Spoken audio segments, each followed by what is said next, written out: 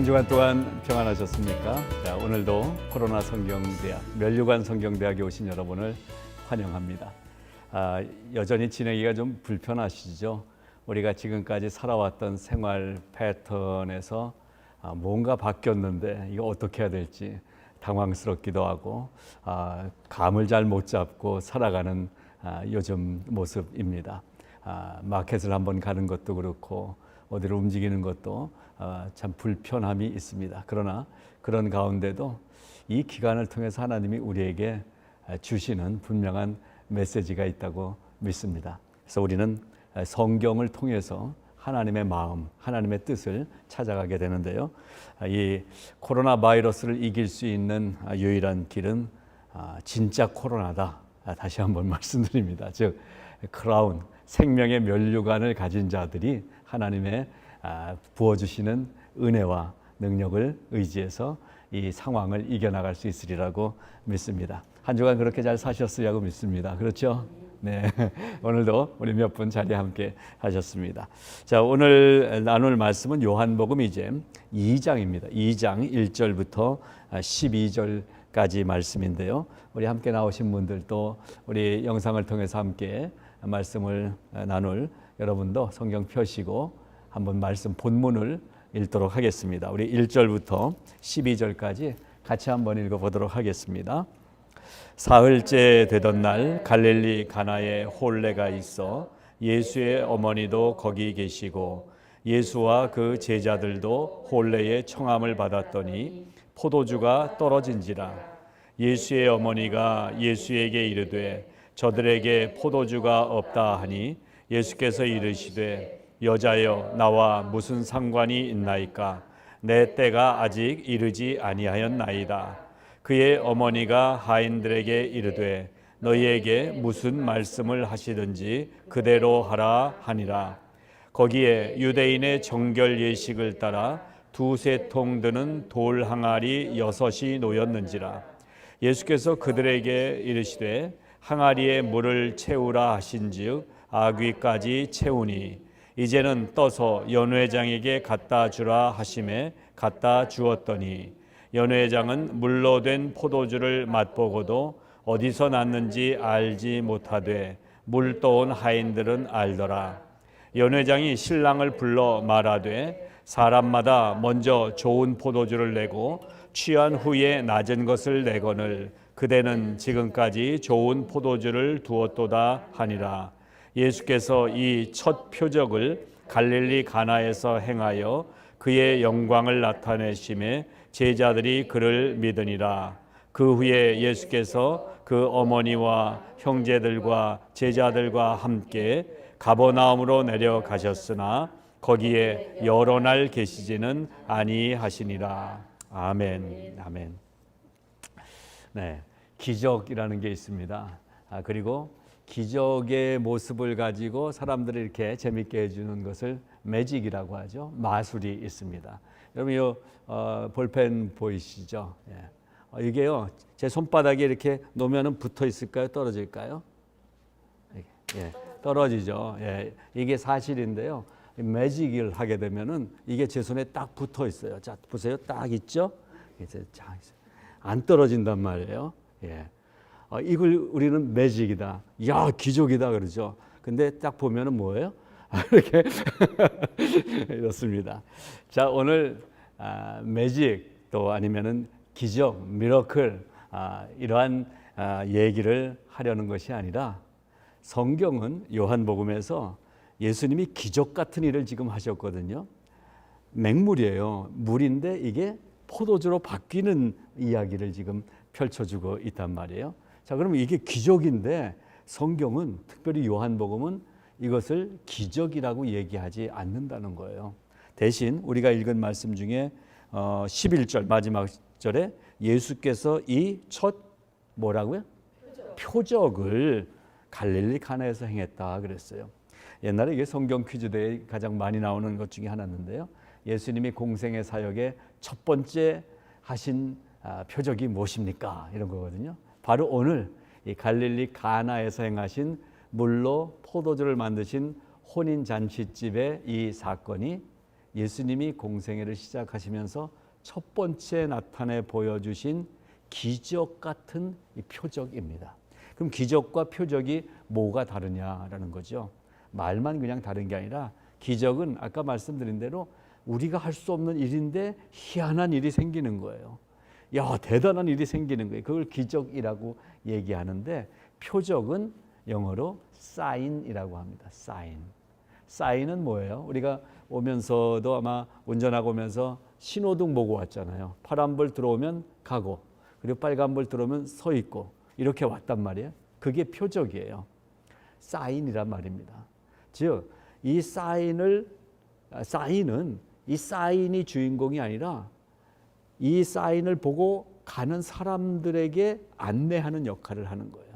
그러니까 이 갈릴리 가나에서 물이 포도주로 만든 사건을 보고 우리는 이야, 대단하다. 기독교에 뭔가 기적이 있구나. 야, 병이 낫겠구나. 이렇게 찾아오는 분들도 계신데 기독교는 그런 기적의 종교가 아니라 이 기적적인 일들이 가끔 우리에게 또 일어나는데 이 일들을 보면서 기적이 가리키는 게 뭔가를 봐야 된다.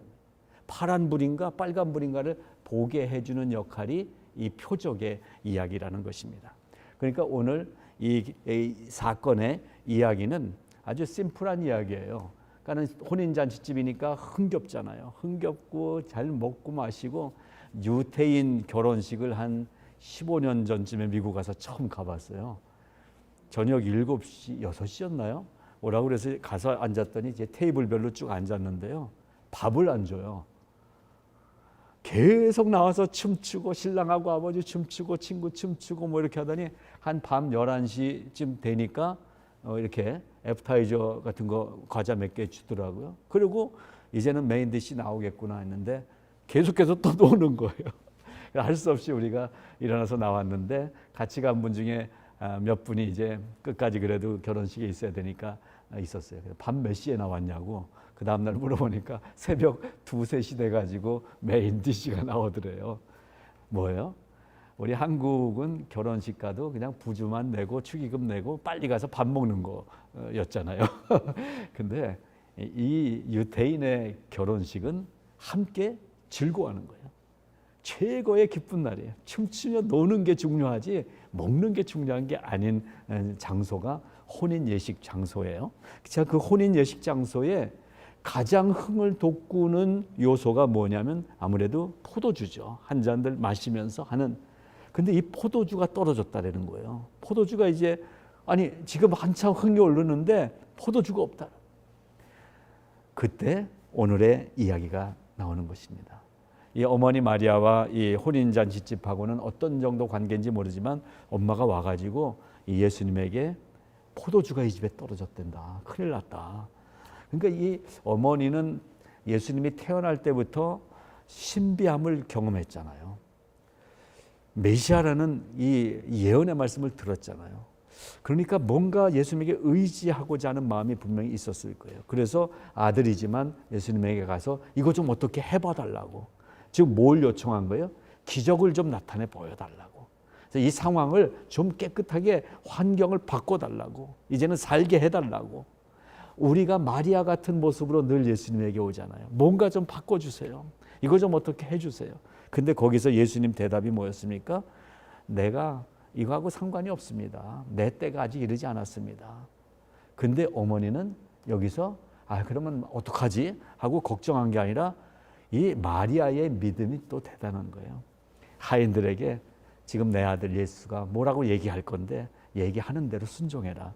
이 얘기예요. 지금 오늘 본문의 이야기인 것입니다. 자, 그러면 오늘 이 본문 속에서 한 서너 가지를 하나씩 짚어보면서 오늘 말씀을 나눠보고자 합니다. 첫째로요, 왜 예수님이 공생애에서 처음으로 뭔가 보여주는 뭔가 보여주겠다면 또 저는 이주일 아저씨 생각이 나는데요. 뭔가 보여드리겠습니다. 이제 예수님도 공생애 시작하시니까 뭔가 이제 시작이 돼야 되는데 왜 그 많은 일들 중에 이 사건을 보여주셨을까? 거기에 의미가 있습니다. 어떤 의미가 있을까요? 아까 이 사건이 기적이 아니라 표적이라고 그랬잖아요. 예수님이 뭔가 해주고 싶은 이 공생의 사역을 시작하시면서 또 앞으로 예수님이 이 땅에 오셔서 하시는 모든 일들의 결론이 무엇인지를 얘기해 주고 싶었던 예수님의 마음을 요한복음이 지금 설명해 놓고 있다라는 것입니다. 그래서 거기 우리 프린트 있으신 분들은 같이 보시면서요. 왜 첫 사역지가 혼인잔치집이었을까? 동그라미 된 1번 1장에서 예수님의 구속 사역단, 즉 복음 전도대 12제자가 구성이 됐죠. 그래서 결론부터 말하면 이 복음 전도단 예수님과 12제자가 이제 3년간 함께 할 텐데 첫 행선지가 이 혼인잔치집이다라는 거예요. 그래서 세 번째 보게 되면 이 혼인잔치집에서의 기적이 왜 일어나야 됐는가? 여기에 우리가 발견해야 될 것은 구속사적인 예수님의 생애가 갖고 있는 구세주로서의 이 세상을 인류를 구원하시는 구속사적인 의미를 이 첫 사건 속에서 보여주고 있다라는 것을 우리가 먼저 염두에 두고 오늘 말씀을 나누겠습니다. 자, 그래서 이거 좀 설명하기 전에 지금 이 사건이 일어나는 당시 시대상을 좀 보겠습니다. 자, 유대 나라가 이스라엘이 있었지만은 지금 자기 주권을 가지고 있지 못했죠. 지금 누가 지배하고 있어요? 마치 우리 나라를 일본이 조선 총독부를 세워놓고 지배하듯이 로마가 지금 지배하고 있는 시대거든요.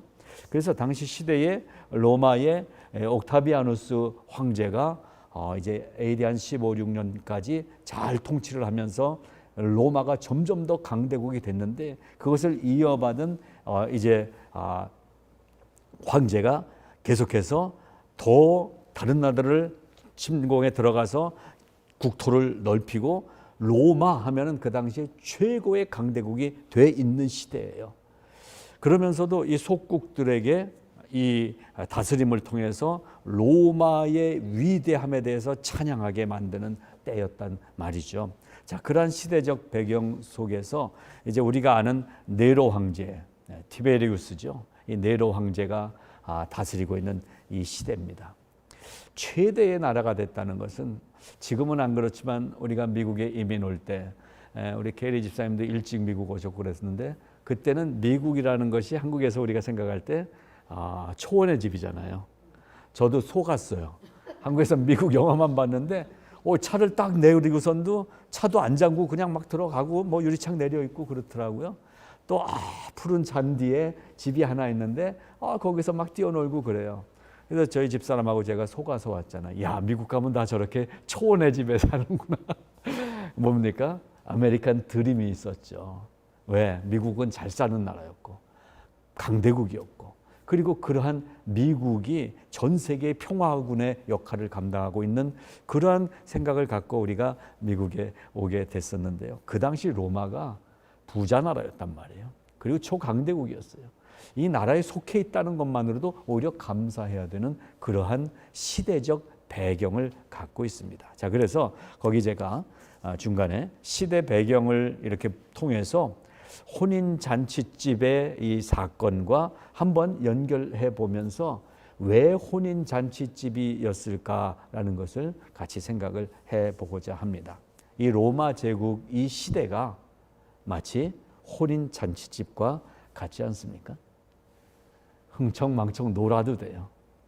애써 일하지 않아도 먹을 게 있는 나라예요. 그리고 힘이 있는 나라예요. 그렇기 때문에 혼인잔치집에서는 걱정하는 날이 아니잖아요. 이 날은 신나게 노는 날이에요. 그러니까 이 혼인잔치집이라는 이 무대 배경이 이 시대적 배경하고 가장 잘 어울리는 장소인 거죠. 그래서 이 혼인잔치집에 지금 로마 시대가 갖고 있는 헬레니즘의 문명이 꽃을 피우는 이 멋진 시대, 이때에 이 혼인잔치집의 이 기쁘고 즐거운 모습과 이제 비교가 되지요. 자, 그런데 이 혼인잔치집에 뭐가 떨어졌어요? 흥의 요소인 포도주가 떨어졌다라고 하는 이 사건은 로마 제국이 지금 막 부강하고 이렇게 신나게 부유한 나라로 사는데 어느 한 구석인가는 이 나라를 지탱하고 있는 뭔가 힘이 어딘가에서는 빠지고 있다라는 것을 암시해 주고 있는 거지요. 그래서 여기서 이 문제 해결자가 누가 됐습니까? 혼인잔치집에 포도주가 떨어졌는데 이걸 누가 해결해요? 어디 가서 사올 수도 없어요. 한밤중에. 결혼식이 유대는 밤에 열리니까. 자, 어떻게 해결이 됐습니까? 마리아라는 이 구세주 메시아의 예수님의 어머니를 등장시키면서 예수님을 이 요한복음에서 3년 공생애의 무대로 지금 끌어올리는 순간입니다. 예수님이 지금 무대 전면에 나오게 되는 거예요. 그래서 마리아가 예수여, 지금 이 상황을 해결 좀 해 주십시오. 이렇게 부탁을 했죠. 무슨 얘기입니까? 이 로마의 흥청대는 이 헬레니즘 문화가 꽃을 피우고 있는 이 시대도 영원하지 않고 언젠간 무너질 텐데, 그 무너지는 이 로마의 이 세계의 세상의 흥망성쇠의 열쇠는 누구에게 있다? 구원자 예수가 오셔야만 물이 포도주로 바뀌는 기적을 통해서 구원이 될 수 있다라는 것을 얘기하고 있다는 거죠. 자, 그래서 이 혼인 잔치집이 이 시대적 배경과 예수님의 구속사적 이 의미를 함께 담고 오늘의 표적의 사건으로 지금 등장을 한 것입니다. 자, 그래서 팍스 로마나라고 그러죠. 대강대국 로마. 이 팍스 로마나의 위장된 평화. 저는 이렇게 표현을 하고 싶습니다. 미국이 평화로운 나라, 부유한 나라였지만 어떻게 보면 위장된 평화, 위장된 이 부유함이죠. 세상의 모든 초강대국이 다 그랬던 것처럼 다 무너졌죠. 바벨론, 아수르, 쭉 내서 로마, 그리고 이 미국, 소련 역시 같은 길을 가게 될 것이다. 세상의 역사의 흐름은 흥망성쇠를 통해서 진행되어 왔어요. 자, 이때에 지금 미국이 이미 우리가 보기에도 이 여러 가지 문제가 너무 많잖아요. 이미 강대국이 아닌 거예요. 자, 이러한 시대 속에 새 포도주를 공급해 줄 분이 필요하다. 오늘 우리는 그래서 말씀을 통해서 이 사인을 통해서 뭘 보는 것입니까? 미국을 구원할 구세주는 1번 트럼프, 2번 한물 같지만 오바마, 3번 누구를 할까요? 그 어떤 제3의 어떤 인물. 답은 4번이죠. 예수 그리스도다. 이것이 이 가나 혼인잔치집의 오늘 비유, 이 첫 번째 비유로 드신 이 표적 사건이 우리에게 가르쳐주는 결론의 말씀인 것입니다. 그래서 오늘 말씀은 아주 심플합니다. 예수, 그분이 나의 구원자이신데 이 구원은 나중에 천국 가게 해주는 그 구원을만을 얘기하는 것이 아니라 오늘 살고 있는 나의 삶을 해결해 주실 수 있는 분도 예수 그리스도이시다라는 것입니다. 그래서 구원론을 우리가 배울 때 제가 설명했지만은요, 구원에는 세 가지가 있는 게 아니라 세 개의 각도로 바라볼 수 있는 이것이 구원이다라고 설명을 드렸습니다. 받은 구원이 있고 받고 있는 구원이 있고 받을 구원이 있다라고 설명을 이해하기 쉽게 드렸습니다. 세 가지의 구원을 얘기한 게 아니라 우리가 구원 받을 때 완벽한 구원을 받는 거예요. 예수님을 만나서 구원받았을 때 영생의 구원까지 받은 거예요. 근데 그것은 이제 받은 구원이에요. 이쪽에서 바라보는 거예요. 근데 이만큼 와서 지금 살고 있는데 여러분 예수 믿고 나서 인생이 정말 신나셨어요? 다 잘 풀렸어요? 애들이 공부 아주 내가 예수 믿기 시작하는 날부터 막 1등만 하고 이렇게 됐어요? 아니에요.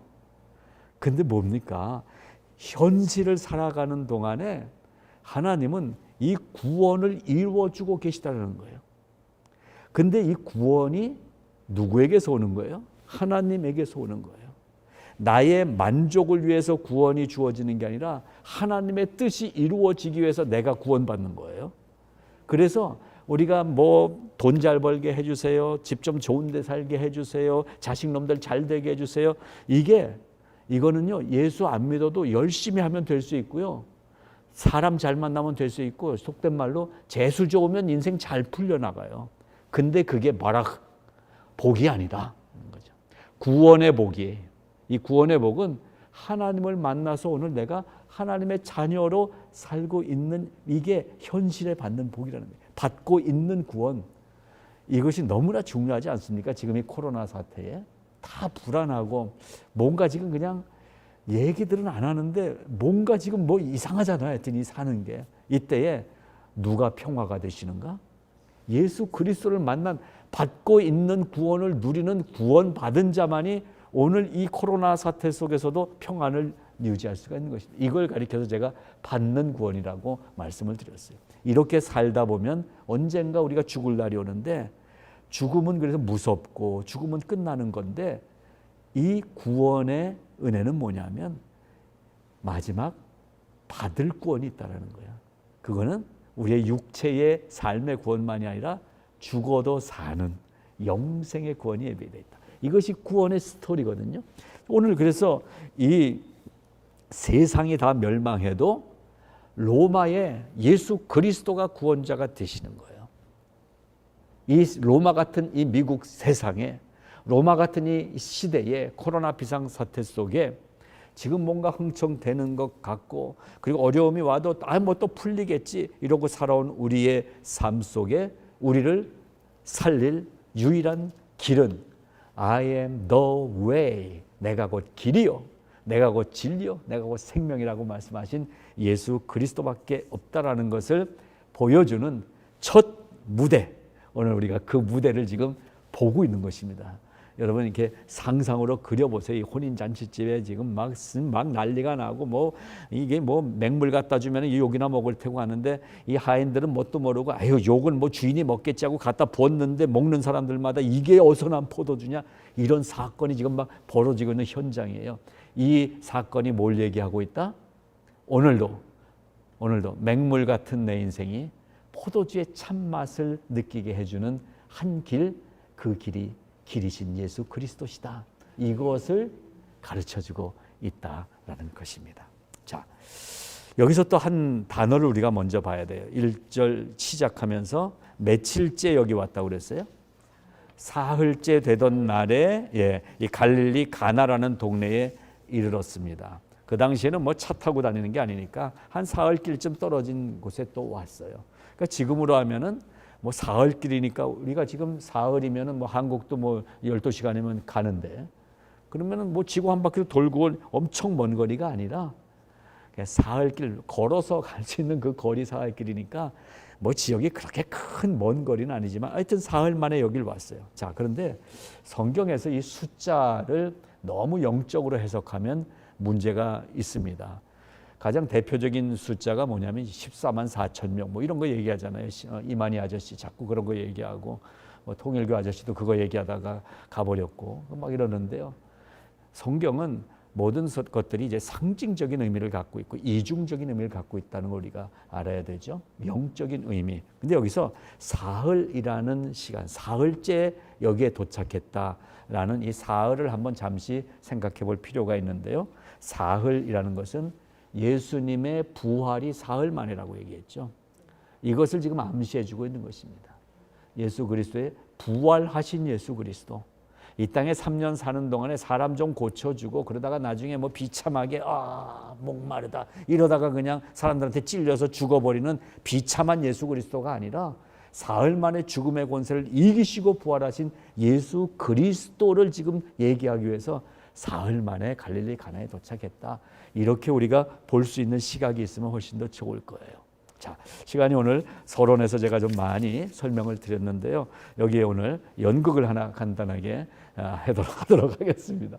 오늘 오신 분 중에 아주 탁월한 연극 배우가 두 분 계셔서 마리아와 예수의 대화를 한번 우리 여기 오신 두 분께 부탁을 드리겠습니다. 우리 데보라 집사님하고 심수잔 사모님하고 마리아와 예수 역할을 오늘 잠깐 크게 한번 읽어주시기 바랍니다. 저희에게 포도주가 없구나. 여자여, 나와 무슨 상관이 있나이까? 내 때가 아직 이르지 못하였나이다. 너희에게 무슨 말씀을 하시든지 그대로 하라. 네. 여기 하인 둘 뭐 하세요? 네. 네. 지금 이 스토리 지금까지 말씀드린 겁니다. 자, 사건이 생겼는데 이 사건이 생기면 누군가 해결해 줘야 되잖아요. 우리가 그 해결을 잘 못하니까 전문가들이 필요한 거죠. 그래서 보험을 하는 분들이 계셔서 자동차 사고가 났을 때 보험회사에 연락을 하면 와서 해결해 주는 것처럼 누군가 이 사건을 해결해 줄 사람을 찾는데 이 어머니 마리아가 거기 있다가 이 해결자로 딱 머리에 치는 그 이름, 내 아들. 근데 내 아들이지만 뭔가 태어날 때부터 특별했고 그리고 천사를 통해서 이 메시아, 이 암시를 받았던 그 인물, 그래서 예수님께 부탁을 하고 있습니다. 그랬더니 예수님이 효자였을 텐데 분명히. 근데 어머니의 얘기에 네 알겠습니다 이렇게 안 하고 뭐라고 얘기했어요? 여자여 나와 무슨 상관이 있나이까. 아니 여자여? 이거 가지고 한동안 저희 어렸을 때는 이거 갖고 시비 거는 사람들이 있었어요. 아니 예수가 아무리 그래도 그렇지 어머니한테 뭐 여자여 이런 뭐 윤리도 없고 이런 종교가 있냐고 막 이렇게 얘기하던 친구도 있었어요. 근데요 무식한 거죠. 여자여 여기는 원어를 보게 되면요 이렇게 돼 있어요. TMOIKAISOI 귀나이. 귀나이라는 것은 귀부인을 뜻하는 뜻이에요. 여인, 마담 이렇게 됩니다.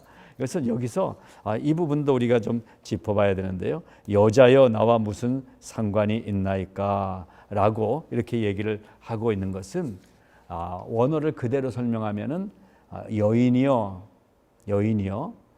나와 당신에게 무슨 상관이 있나이까 이런 질문이에요. 그러니까는 가이 이렇게 돼 있어요. 그래서 나와 당신 예수님에게 물어봤는데 그 문제 해결하는 게 나와 어머니에게 무슨 상관이 있습니까? 이건 무슨 얘기예요?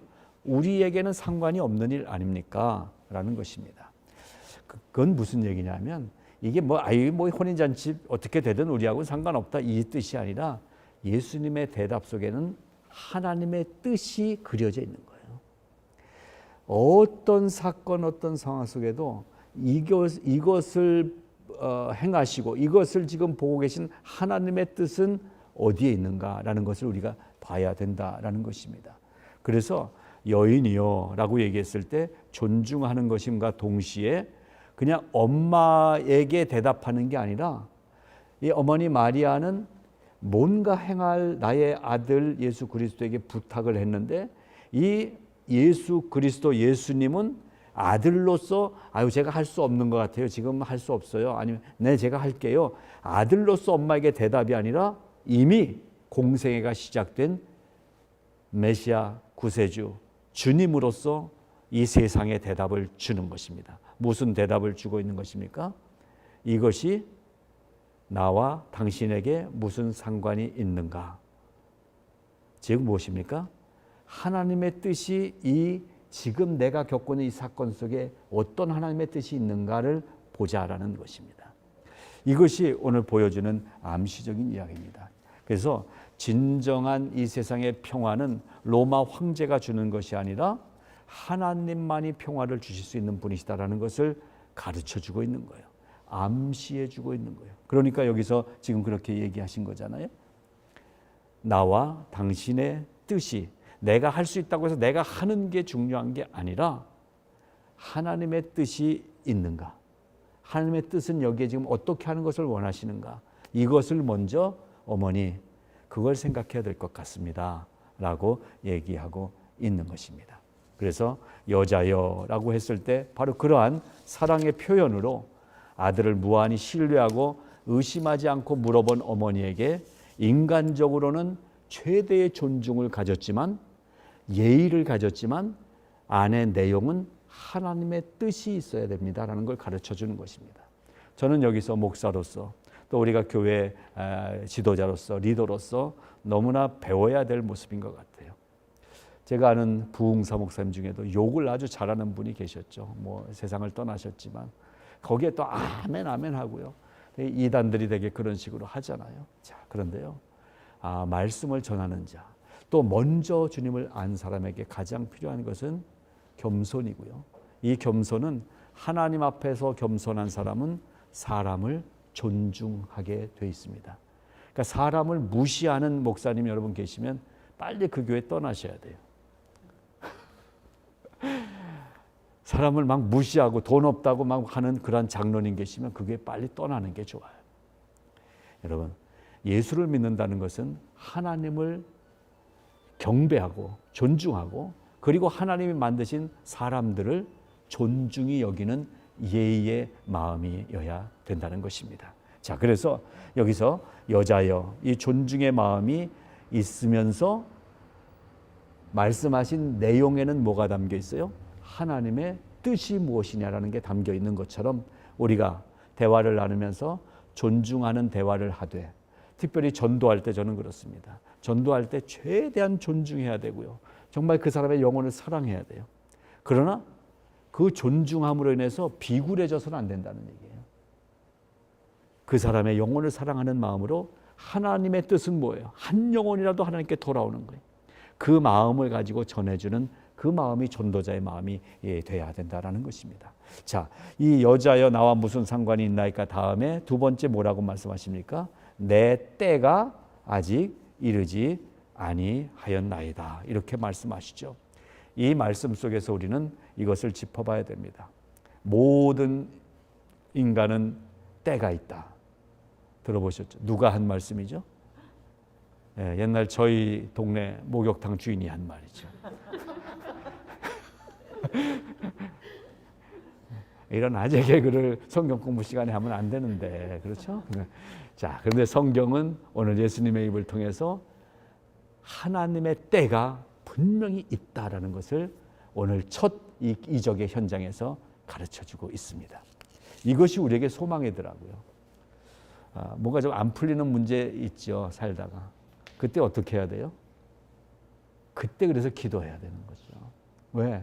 기도는 하나님 이거 해결해 주세요. 이게 우리의 기도인데 진짜 기도는 뭐예요? 하나님 이 일 속에 하나님의 뜻이 뭐예요? 알려주세요. 하나님의 마음을 알게 해주세요. 이게 진짜 기도거든요. 그래서 어려울 때 기도해야 되는 이유는 이 내가 생각하는 이게 해결돼야 되는 이 때가 언제인지 하나님의 마음을 알게 되면 이걸 알게 되거든요. 그래서 여유 있게 기다릴 수도 있고 또 준비할 수도 있고 이런 거예요. 바로 그러한 원리를 예수님이 첫 공생애의 첫 사건 속에서 얘기해주고 계시는 것입니다. 모든 인생에게는 하나님의 때가 있기 때문에 기다려야 된다. 그러면 하나님의 때가 언제일까? 하나님의 때는 누가 아신다? 예수님도 말씀하셨죠. 나도 모른다. 하늘의 하나님 아버지가 아신다. 그 하나님이 허락해 주시는 때가 하나님의 때입니다. 그래서 우리는 발버둥치며 기도한다고 다 이루어지는 거 아니에요. 그래서 우리가 기도를 배울 때에 뭐 그냥 합심기도, 뭐 통성기도, 뭐 다니엘 기도 열심히 기도하는 거 좋죠. 근데요, 기도할 때 그걸 잘 생각해야 됩니다. 지금 우리가 어떠한 자세로 기도하고 있는가? 어떤 분은 그렇게 기도를 가르치는 분이 있었어요. 하나님도 협박해 보십시오. 하나님이 협박받으시면 들어주세요. 이렇게 얘기하시더라고요. 하나님 이거 안 들어주시면 나 교회 안 나올 거예요. 이러면 들어주신다고 막 이렇게 가르치더라고요. 기도를 잘못 가르치는 거죠. 하나님의 허락하심은 하나님의 때를 주관하시는 하나님이 하시는 일이에요. 우리는 단지 뭐예요? 그 때가 언제인지 알고 싶은 거예요. 그래서 하나님 영안을 열어주세요. 마음의 평강을 주세요. 오래 기다려도 낙심하지 않게 해주세요. 이런 기도가 우리에게 필요하게 된 것입니다. 내 때가 아직 이르지 않았다. 지금 여기도 마리아가 요청했지만 마리아가 요청했기 때문에 들어줬다면 아들로서 효도를 한 아주 착한 아들이 되셨겠죠, 예수님은. 근데 예수님은 착한 아들의 자리를 이미 떠나셨어요. 그 착한 아들의 자리보다, 그래서 다닐 때 어떻게까지 얘기하셨습니까? 제자들에게도 얘기하시고, 여기 누가 선생님의 주님의 제자이고 주님의 가족입니까? 물어봤을 때 나와 함께 십자가를 지고 가는 자가 나의 부모요, 나의 형제다라고 얘기했잖아요. 자, 그렇습니다. 마리아의 요청 때문에 들어줬으면 효자 아들은 될 수 있었겠죠. 그런데 예수님은 정보다 하나님과의 관계가 더 중요했던 것입니다.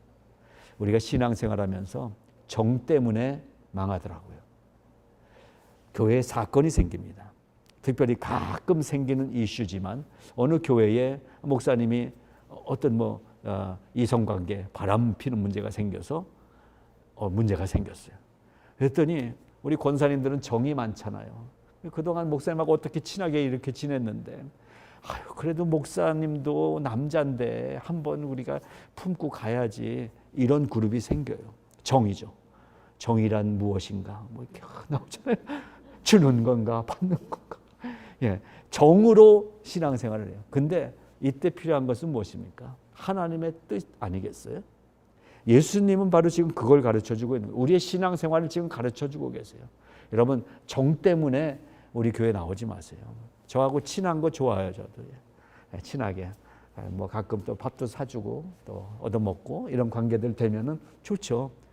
정 때문에 교회가 시험 들게 됩니다. 어느 교회 한 10년 전에 갔는데요. 목양실에 들어가 있는데 사모님이 이제 같이 들어가 계셨는데 권사님들이 들어갔다 나갔다 차도 갖고 오고 그러시는데요. 그 교회는 집사님, 권사님, 사모님이 아니라 들어오신 권사님이 사모님한테 언니 그러더라고요. 모든 여자 성도들이 언니예요. 다 언니. 그래서 여기가 지금 무슨 찻집에 왔나. 그래서 교회는 주님의 방법이 적용돼야 돼요. 정보다 바른 믿음인 것입니다. 하나님의 뜻인 것입니다. 그것을 예수님이 첫 시간에 지금 가르쳐주고 계세요. 예수님은 하나님의 때가 언제인지 저도 모릅니다. 그러나 하나님의 뜻이 나에게 임하면 주님은 행하시는 거예요. 그래서 예수님 어머니의 요청에 의해서 이 물을 포도주로 만드는 기적을 일으키신 거 아니라 여기에 상황은 그렇게 기록되어 있지 않지만 이때 예수님은 하나님께 기도하셨을 거예요. 그리고 음성을 들으시고 하나님의 뜻을 알게 되고 그래서 하인들에게 물을 갖다가 아구까지 채워라 라고 말씀하셨을 것으로 저는 믿습니다. 왜? 주님은 하나님께 절대적 순종을 우리에게 가르쳐 주신 분이기 때문에 하나님의 말씀을 기다리셨을 거고 그 말씀이 임하니까 그때 말씀을 전하셨을 거예요. 우리가 교회에서 언어가 그래서 중요한 것입니다. 사람하고 얘기할 때도 이 언어를 통해서 하나님이 나하고 얘기하는 사람에게 어떤 말씀을 주실까? 이게 늘 생각되어져야 된다고 생각이 됩니다. 자, 그래서 오늘 결론적으로 이렇게 정리를 합니다. 물이 포도주로 변했습니까? 안 변했습니까? 분명히 성경은 변했다, 바뀌었다라고 그랬어요. 그래서 오늘 첫 번째로 일반적인 보통 물이 좋은 포도주로 바뀌었습니다. 어떻게 바뀌었어요? 누구에 의해서? 예수님에 의해서 바뀌었다. 그래서 오늘 주제어는 예수님에 의해서예요. 예수님이 바꾸신 거예요. 물이 포도주로 바뀌는 기적, 이 기적은 예수님에 의해서 아주 품질 좋은 포도주로 바뀌었다. 이것이 오늘 첫 번째 생각해 봅니다. 자, 두 번째, 이렇게 바뀌었습니다. 바뀜으로써 이 우리가 평소에 일반적으로 알고 있는 지식, 자연 현상이 어떻게 됐어요? 무력화돼 버렸죠. 물은 포도주로 바뀔 수 있다, 없다? 바뀔 수 없다. 아유, 물리인가요? 이거 과학인가요? 공부 잘하셨네. 물은 포도주로 바뀔 수가 없어요. 근데 성경은 바뀌었어요, 안 바뀌었어요? 바뀌었어요. 누구에 의해서? 예수님에 의해서 순식간에 바뀜으로써 자연의 이치가 무력화됐다라는 것입니다. 예수님이 일하시면 시간이 하루 걸린다, 일주일 걸린다, 1년 걸린다. 답은 4번이죠. 당장 예수님의 뜻에 의해서 순간에 예수님이 하시면 그때로 바뀌는 것입니다. 우리의 구원이 그랬어요. 구원은 시간을 두고 시차를 두고 한 10년간 교회 생활 잘하고 헌금 많이 하고 주일 안 빠지면 구원 받게 해주신 방법이 아니라 예수님을 구주로 영접하는 순간 구원받은 거예요. 바로 물이 포도주로 순간에 바뀌는 것처럼. 또 어떤 분은 이 하인들이 물을 뜨고 가서 아구에 불 때에 물을 풀 때 바뀌었냐, 들고 갈 때 바뀌었냐, 뭐 이렇게 딱 해서 넣었는데 아직 아구까지 안 찼다가 마지막 벗는데 아구까지 딱 차니까 그때 바뀌었냐? 아니면 퍼서 뭐 그 하객들이 갖다 줬을 때 바뀌었냐? 이거 연구하는 참 엉뚱한 분들도 계시더라고요. 그런 거는 성경 연구가 아니에요. 성경은 바뀌었다라고 얘기하잖아요. 그때 우리에게 뭐가 들어와야 돼요? 믿음이 들어오는 거죠. 여러분, 이거 믿으십니까? 예수님에 의해서 나의 인생이 순간에 바뀌는 것입니다. 이미 우리는 바뀐 인생입니다. 변하여 새 사람 됐다고 말씀하셨어요. 고린도후서 5장 17절이 분명히 말씀하시잖아요. 이전 것은 지나갔으니 보라 새 것이 되었도다 그랬어요. 앞으로 새 것이 될 인생이 아니라 지금 이 성경 공부 함께하는 우리들은 이미 새 것이 된 인생인 것입니다.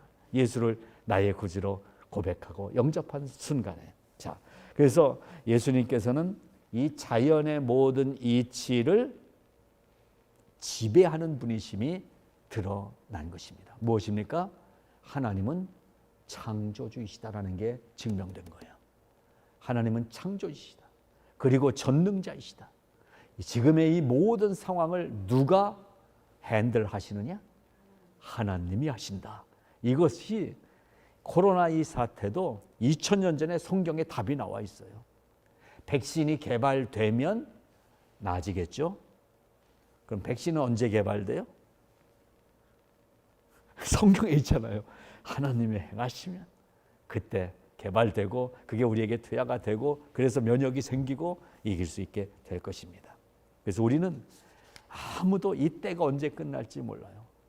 뭐 우리 그 주지사가 또 계속 발표했다가 뭐 번복했다가 지금 골치 아플 거예요. 우리 주지사도 뭐 트럼프 눈치도 좀 봐야 되고 정치적 생명도 봐야 되고 또 뭐 이 자영업자들의 이 항의도 이게 해결 좀 해줘야 되고 그래서 이 우리 주지사님께서 예수 믿으시면은 답이 나오는데 당당해질 수 있는 답이 나. 우리도 마찬가지죠.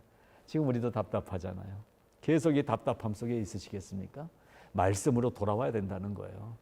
말씀은 기다림 속에 소망이라는 선물을 하나님이 주시고 기다리라고 하세요.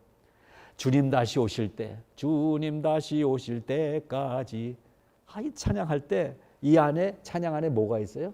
오신다는 소망이 담겨져 있기 때문에 이 찬양을 부르는 거잖아요. 주님은 우리에게 무작정 기다리라는 이도령이 아니에요. 주님은 소망을 주시고 기다리라고 말씀하셨습니다. 지금 우리는 코로나 비상사태 속에서도 소망을 선물로 안고 기다리고 있는 시간인 것을 믿으시고 여러분 주님이 주신 평안을 누리시기를 바랍니다. 마지막으로 물이 맛을 내는 포도주가 되듯이 예수님이야말로 인생의 맛을 바꿔주시는 분이시다. 오늘의 최종 결론의 말씀을 저는 이 말씀을 드리고 싶습니다. 물이 맛을 내는 포도주가 되듯이 그래서 아까 이것은 그냥 한 번 일어난 기적이 아니라 뭐라고 그랬어요? 사인, 표적이라고 그랬죠. 이 사인은 지금도 우리에게 사인이에요. 야, 물이 포도주가 되는구나. 이것을 우리는 믿음으로 우리에게 주신 믿음으로 믿는 거잖아요. 여러분 믿으십니까? 아멘이죠. 성경 얘기니까.